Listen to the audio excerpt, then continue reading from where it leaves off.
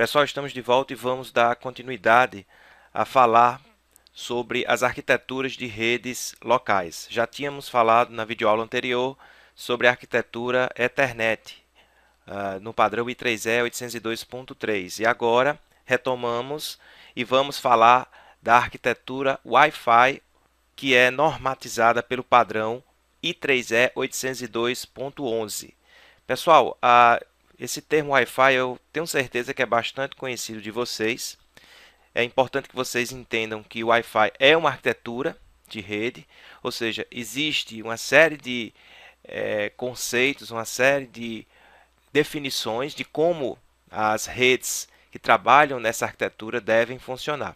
Basicamente, a principal característica das redes Wi-Fi é que elas vão funcionar em uma rede local sem fio, também chamada de WLAN. Essa é a principal diferença.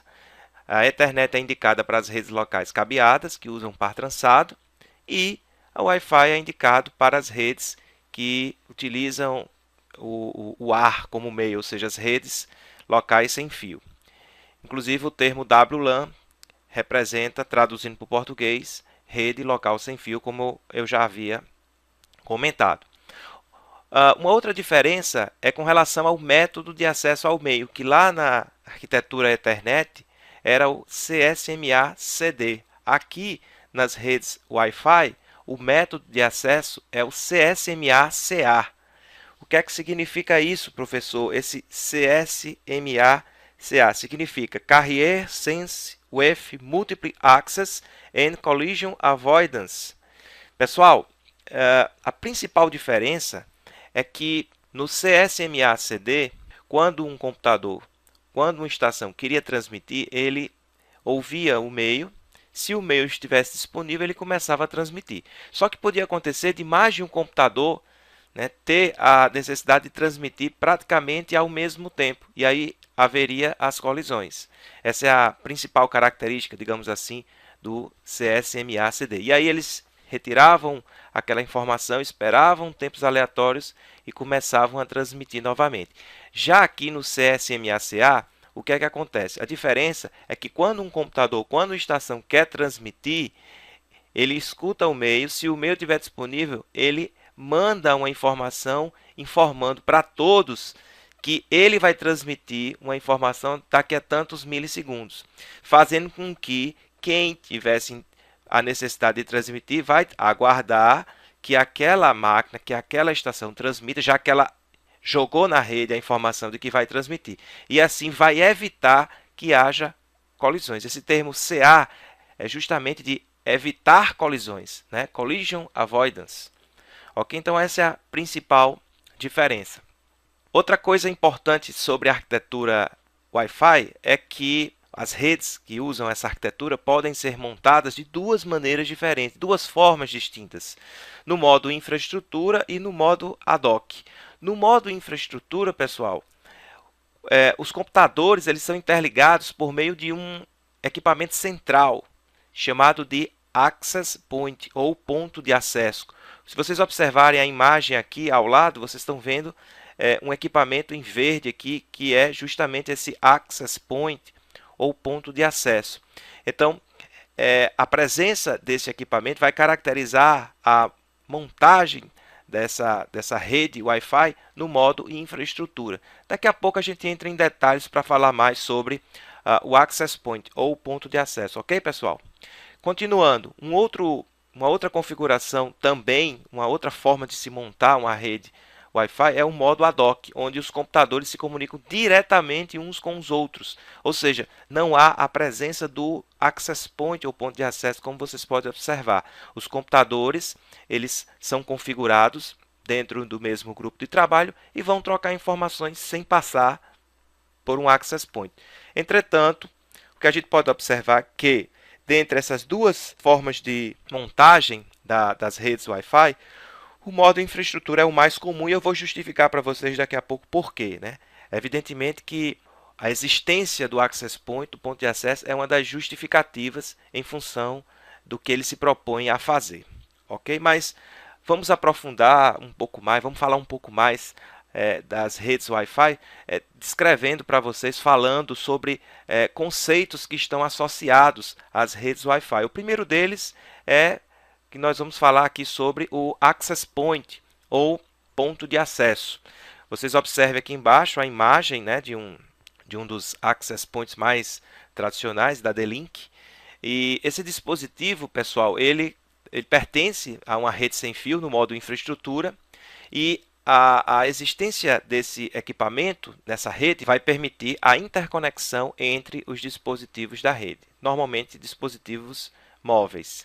Outra coisa importante é que o Access Point ele também vai permitir a conexão de dispositivos wireless, dispositivos sem fio, a uma rede cabeada. Ou seja, ele vai transformar o sinal sem fio em um sinal com fio.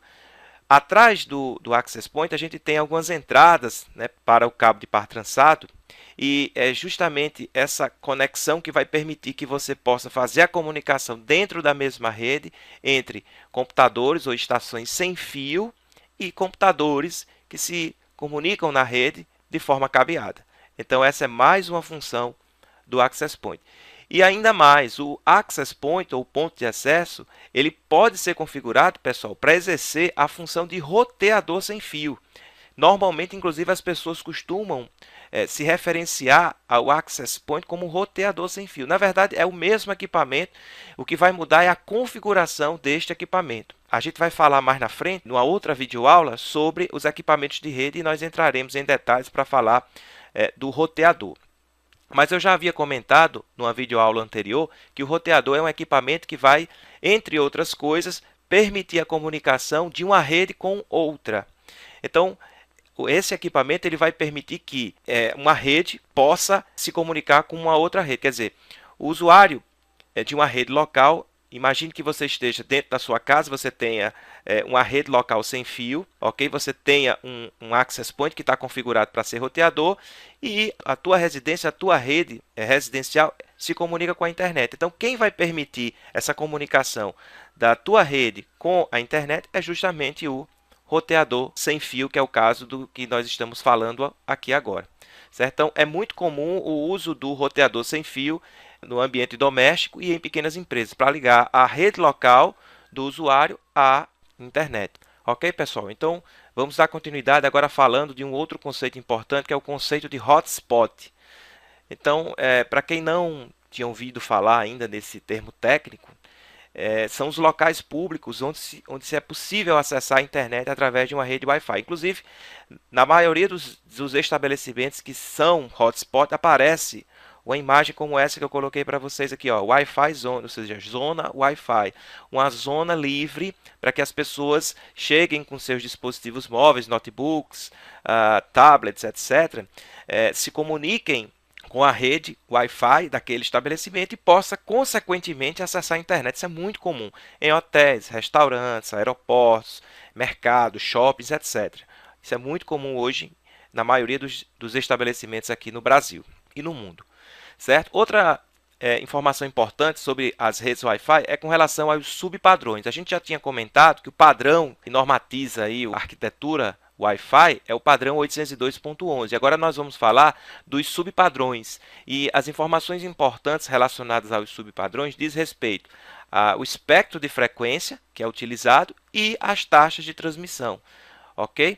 Então vamos lá. Nós temos aí 4 subpadrões. O 802.11b, o 802.11g, o 802.11a e o 802.11n. Vamos entrar em detalhes sobre cada um deles. O B, na verdade, pessoal, é o mais antigo, foi o primeiro que surgiu.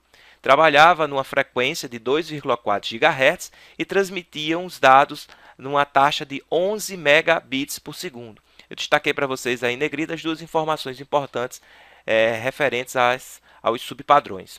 Depois veio o padrão G. O padrão G também trabalhava na mesma frequência, ou seja, havia uma compatibilidade, certo? E as taxas de transmissão saíram dos 11 megabits para 54 megabits, quer dizer, quase 5 vezes mais em termos de taxa de transmissão, mantendo a mesma frequência. Então, muitos equipamentos que surgiram, eles já surgiam tanto nos padrões B e G, ou seja, em função do espectro de frequência ser comum aos dois subpadrões.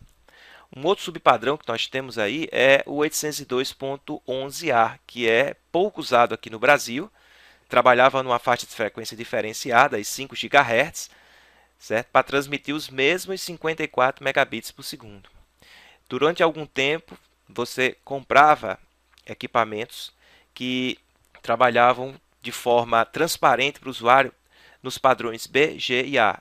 Havia uma compatibilidade com os três padrões. Ele trabalhava tanto na frequência de 2,4 GHz, por exemplo, ou de 5 GHz. Entretanto, dentro de uma rede Wi-Fi, é necessário que todos os equipamentos trabalhem com o mesmo subpadrão. Se você tem equipamentos que trabalham com subpadrões diferentes, é importante lembrar que ele vai trabalhar, né, sempre tendo como base o padrão mais antigo. No caso aí, por exemplo, se eu tenho uma rede com máquinas com placas de rede no padrão B e no padrão G, a rede vai funcionar a 11 megabits, que é o padrão mais antigo, e consequentemente vai haver aí a não utilização dos recursos desejados, por exemplo, para as máquinas que usam o padrão G. E o padrão mais novo dentre todos estes é o padrão 802.11n, né, que opera nas faixas de 2,4 GHz e 5 GHz, nas duas faixas. E a grande novidade é que a taxa de transmissão é da ordem dos 300 megabits por segundo, pessoal. Quer dizer, quase 6 vezes mais do que o que a gente tinha nos padrões, por exemplo, G e A. E a área de cobertura ela é maior, em torno de 400 metros outdoor. Até então eu não havia comentado com vocês, mas os padrões B, G e A trabalhavam com uma área de cobertura de até 100 metros. E com o padrão N, essa área de cobertura aumentou. Ainda assim, do ponto de vista comercial, ainda é mais comum os equipamentos trabalharem no padrão G. Tá claro, pessoal? Muito bem, beleza. Então vamos seguir. Vamos agora falar para vocês sobre a parte de segurança das redes Wi-Fi. Pessoal, com relação à segurança nas redes Wi-Fi, nós temos aí 3 protocolos, mecanismos de segurança, poderia dizer assim, que vocês precisam conhecer e que estão relacionados com a segurança nas redes Wi-Fi. São eles, primeiro, o WEP, que foi o primeiro protocolo de criptografia usado nas redes Wi-Fi, certo?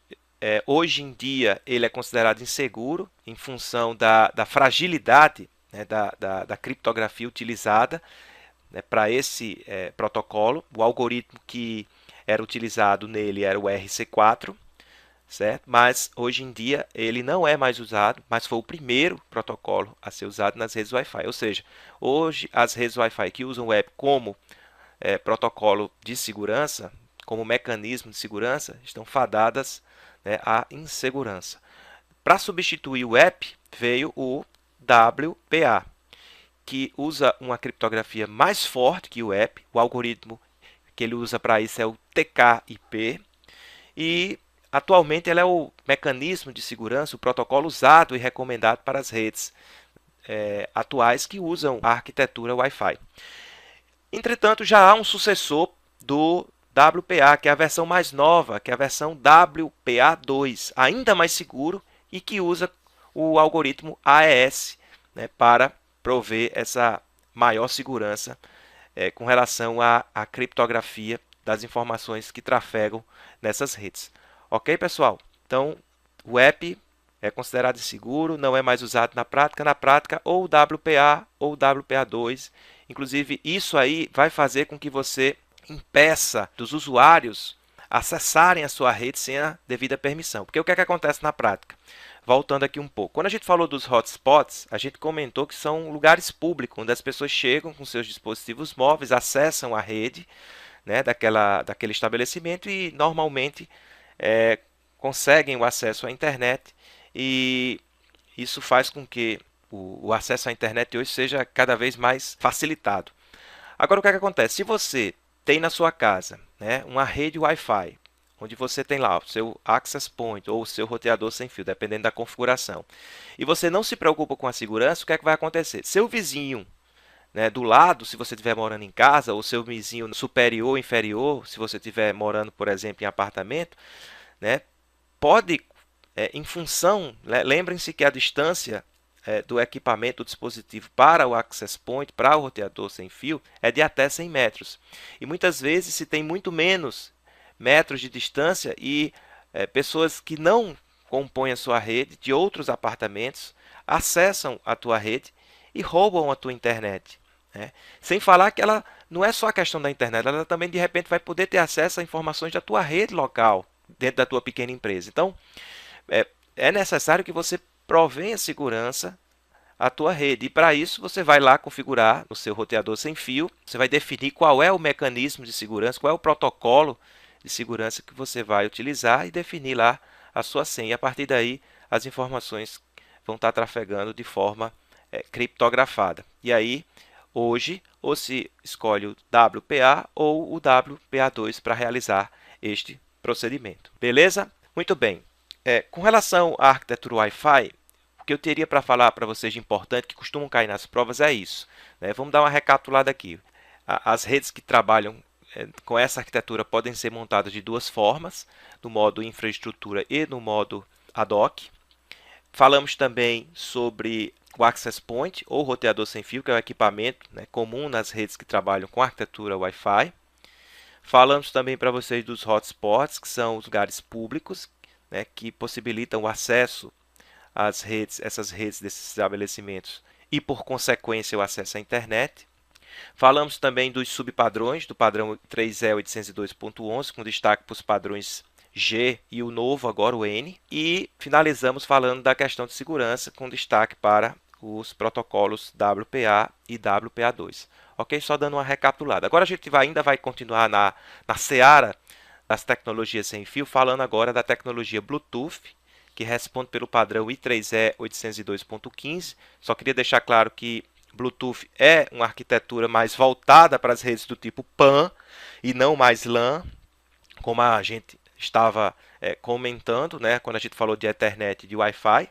Eu já havia comentado com vocês rapidamente sobre essa tecnologia, que é um padrão de comunicação de baixo consumo de energia, mas indicado para a transmissão de dados entre dispositivos eletrônicos próximos, por isso usado nas redes do tipo PAN, que são as redes pessoais. Uma outra característica importante desse padrão, dessa tecnologia Bluetooth, é que ela é Hot Plug and Play, ou seja, se você habilitar, por exemplo, no seu dispositivo o Bluetooth, sempre que algum dispositivo próximo estiver com a habilitação do recurso, eles vão se enxergar e naturalmente vai poder haver uma comunicação entre eles sem grandes dificuldades. A faixa de frequência que os equipamentos que usam essa tecnologia trabalham é 2,4 GHz, e uma outra informação importante é com relação ao alcance e à velocidade. Eu particularmente não vi nenhuma questão de prova de noções de informática exigir do candidato que ele soubesse, por exemplo, essa classificação com relação ao alcance ou com relação à velocidade. E aí nós temos três versões com velocidades distintas. A versão 1.2, que foi a versão que se popularizou, que trabalhava com 700, 720 kilobits por segundo. Aí veio as versões posteriores, a versão 2 com 3 megabits por segundo, a versão 3 com 24 megabits por segundo, e aí também veio junto a questão do aumento do alcance. Mas, em linhas gerais, o Bluetooth, normalmente, até porque, vejam pessoal, distâncias curtas, dispositivos próximos, redes do tipo PAN. Então, o Bluetooth se popularizou na classe 2, com até 10 metros, assim que eu acredito que venha questões ainda, mas é importante que vocês tenham essa noção de que o Bluetooth, assim como outras tecnologias, também evoluíram. Ok? Vamos falar agora, para a gente fechar essa nossa videoaula, da arquitetura WiMAX. E aí a gente já muda novamente, porque a gente estava falando de Ethernet e Wi-Fi, que são arquiteturas de redes do tipo LAN locais. Depois passamos para o Bluetooth, que é uma arquitetura de rede pessoal do tipo PAN. E agora vamos falar de WiMAX, que responde pelo padrão I3E802.16 e trabalha com as redes do tipo MAN ou metropolitanas, ou WAN, dependendo do contexto. Ou seja, o WiMAX, ou WiMAX para alguns, é a arquitetura de transmissão de dados para redes de computadores sem fio em uma área metropolitana. A faixa de frequência usada é semelhante ao que a gente tem aí em Wi-Fi e Bluetooth, ou seja, 2,4 GHz, né, entre 2,3 e 2,5 GHz. A sua antena alcança uma área de cobertura de 50 km, só para vocês terem uma ideia de raio. A velocidade praticada pelos dispositivos que trabalham com essa tecnologia é em torno de 70 megabits por segundo, bem considerável. E essa arquitetura ela é usada basicamente, pessoal, para locais onde não há cabeamento, certo? E aí as aplicações de internet banda larga e TV a cabo são as aplicações que costumam utilizar essa arquitetura em função justamente dessas restrições de cabeamento em determinados locais. Ok? Beleza? Muito bem. Então, para a gente encerrar essa nossa videoaula, vamos resolver algumas questões para a gente dar uma sedimentada aí no conhecimento. A gente já teve aí 2 videoaulas, falamos anteriormente de topologias e agora de arquitetura. Então vamos dar uma revisada através das questões. Então vamos lá, primeira questão. Primeira questão, a questão da FUMESP aí de 2012, diz o seguinte: considere a implantação física de uma rede local de computadores com cabeamento estruturado. Utilizando a tecnologia com cabos de pares trançado, a topologia estabelecida para a arquitetura física da rede é denominada. Pessoal, cuidado, é sempre importante vocês destacarem aí as informações importantes, as palavras ou as expressões importantes no enunciado, para facilitar a definição da resposta. Por exemplo, nessa questão, quando ele fala o seguinte, ó, ele fala aqui, considerando a implantação de uma rede física, utilizando a tecnologia com cabo de par trançado. Cabo de par trançado. Aí ele fala, a topologia estabelecida nessa arquitetura física é denominada. Então, pessoal, ó, arquitetura física, certo? Cabo de par trançado. Qual é a topologia? Pessoal, estrela, né, pessoal? Ok? Ficou tranquilo aí. A gente matou com a questão da arquitetura física, aí ficou fácil. Se fosse lógica, com o uso de cabo de par trançado, aí seria barramento. Então, só esse detalhe aí. Vamos agora para a segunda questão. O padrão de rede local, no qual os dispositivos não necessitam de fios para a comunicação entre si, é conhecido por, pessoal, de graça. Não tem nem muito o que comentar com vocês, né? Então, quando ele fala aí padrão que não necessitam de fios, ou seja, o padrão wireless é Wi-Fi, né? Foi de graça essa questão aí. É uma questão para ninguém errar. Vamos para a próxima. Observe o texto a seguir. A arquitetura, nós temos na verdade 3 informações ou lacunas para preencher e nós temos aí as respostas. Então a gente vai estar lendo e ao mesmo tempo olhando para as respostas até para ver qual das respostas se adequa a cada uma das lacunas. Então ele quer saber qual é a arquitetura. Wi-Fi ou Bluetooth? Se refere às redes sem fio que utilizam o padrão 802.11. Aí pronto. Com isso aí você acaba matando. Quando ele fala padrão 802.11, pessoal, Wi-Fi, né? Porque o Bluetooth trabalha com 802.15. Beleza? Muito bem, então já eliminamos aí a letra B, a letra C e a letra D. Só pode ser a letra A ou a letra E. Aí ele diz o seguinte, continuando. Uma das principais desvantagens dessa tecnologia reside na falta de segurança. Devido às suas características, uma rede sem fios é extremamente suscetível a invasões. Para protegê-los, podem ser utilizados protocolos de segurança como... Aí nós temos, só pode ser o app, né? Até porque as 2 respostas trabalham com isso, que é um padrão básico, né, de segurança, a gente já havia falado para vocês, para a rede sem fio, ou aí nós temos aí, ó, letra A, WAP e letra E, WPA. Cuidado para não se confundir, né, pessoal? WAP é um protocolo antigo para dispositivos móveis em gerações anteriores, né, das redes celulares, mas a resposta aí a gente já havia comentado é WPA, não é isso? Então, quais são os 3 protocolos de segurança, mecanismos de segurança usados nas redes sem fio? O EP, WPA e WPA2. Então, a resposta dessa questão, letra E. Vamos agora para a questão 4. Questão 4, agora, tipo certo ou errado, da CESP, Access Point ou Hotspot. Pessoal, eu poderia parar aí, né? Até porque Access Point ou Hotspot diz respeito ao mesmo dispositivo, ao mesmo conceito, mas são coisas distintas. Access Point é um equipamento, hotspot é um local público, mas ele fala que é a denominação do ponto de acesso. Há uma rede Bluetooth, também errado, né, pessoal? Uma rede Wi-Fi. Né? Access Point é um dos equipamentos usados dentro de uma das formas de se montar uma rede Wi-Fi e não uma rede Bluetooth. Ou seja, completamente errada essa questão, letra B aí. E para fechar, nós temos aí uma última questão dessa nossa videoaula sobre arquitetura de rede sem fio. Nós temos uma rede local sem fio ou WLAN, conforme a configuração usada, permite a conexão com um ponto de acesso à internet com ou sem o uso de proteção dos dados mediante criptografia. Pessoal, correto, né? Com ou sem uso de proteção, evidentemente, os hotspots disponibilizam esses pontos de acesso sem proteção para que qualquer um que esteja dentro daquele raio possa acessar aquele access point e, consequentemente, a internet, mas normalmente nas pequenas empresas, nas residências, a segurança ela é importantíssima para proteger a rede contra invasores. Ok? Mas, na verdade, a configuração aí de uma rede do tipo WLAN tanto pode ser com como sem proteção de dados mediante criptografia, portanto, a questão está certa. Então, pessoal, estamos finalizando aqui essa nossa videoaula e daqui a pouco nós voltamos para darmos continuidade ao módulo com os equipamentos de rede. Até lá, então.